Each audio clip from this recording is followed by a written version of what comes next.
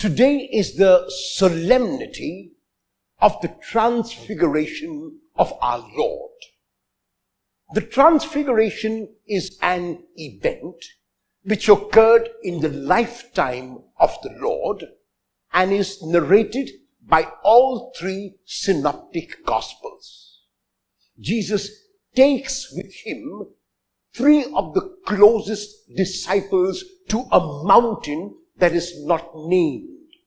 And on the mountain, he is transfigured, where his clothes become dazzlingly white and his face shines like the sun. There appeared with him two Old Testament characters, Moses and Elijah, talking with Jesus in the Gospel of Luke, which we read today, explicitly about his departure from this world to the next, which means in practical terms about the death that he will face in Jerusalem. Even as they talk with Jesus, a voice is heard from heaven, the voice of the Father. And when the voice starts speaking, the two characters disappear because the voice is for the disciples and about Jesus alone. And the voice says to the disciples, "This is my beloved Son, my chosen." And the voice asks the disciples to listen to Jesus. What is the meaning of the Feast of the Transfiguration?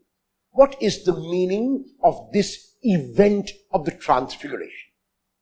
As Jesus started his journey, he realized that he would have to one day, because of his proclamation, because of his vision of God, because of what he preached and talked about, that he would one day be rejected, he would one day be killed. However, that did not deter him in any way from doing what he believed in his heart. It did not prevent him from doing what he thought he had to do, and so he persevered and continued to preach as he believed the Father had asked him to preach. The Transfiguration is an event much, much before the Passion and Death, which prefigures not merely therefore the Passion and Death, but prefigures also the resurrection. The Transfiguration is saying that Jesus is Lord as much in the Passion, when his face is disfigured, when he becomes unrecognizable, when he is beaten up and scourged and hit and spit upon, as much as when he is taken up into heaven, being raised from the dead. The Transfiguration is an event which allows us to see the glory of Jesus, even as the discussion between Moses, Elijah, and Jesus is about his departure from this world, is about his crucifixion, is about his death on a cross. In other words, the Transfiguration is saying that it might seem that God is absent when Jesus hangs on the cross. It might seem that death has overcome life when Jesus hangs on the cross. It might seem that untruth has triumphed over truth, and it might seem that darkness has overtaken light. But that is only what it seems like. The reality, and this is what the Transfiguration is, the reality is that darkness can never overcome light. The reality is that untruth can never overcome truth, and the reality is for us today that death can never, never overtake life. Life has been given to us in abundance by the Lord. Life continues to be given to us in abundance by the Lord, and this is the life we grasp and accept from the Lord as his gift. There are times in our lives when we have to carry a heavy cross. There are times in our life when life becomes burdensome. There are times in our lives when we wonder whether this God of love, this God of Jesus, is a God who cares for us, is a God who even knows what is going on in our lives. It is at those times that the Feast of the Transfiguration speaks to us. It says to us that when Jesus hung on the cross, the whole world made fun of him. It says to us that when Jesus hung on the cross, his disciples abandoned him. It says to us that when Jesus hung on the cross, the chief priests and the Pharisees mocked him.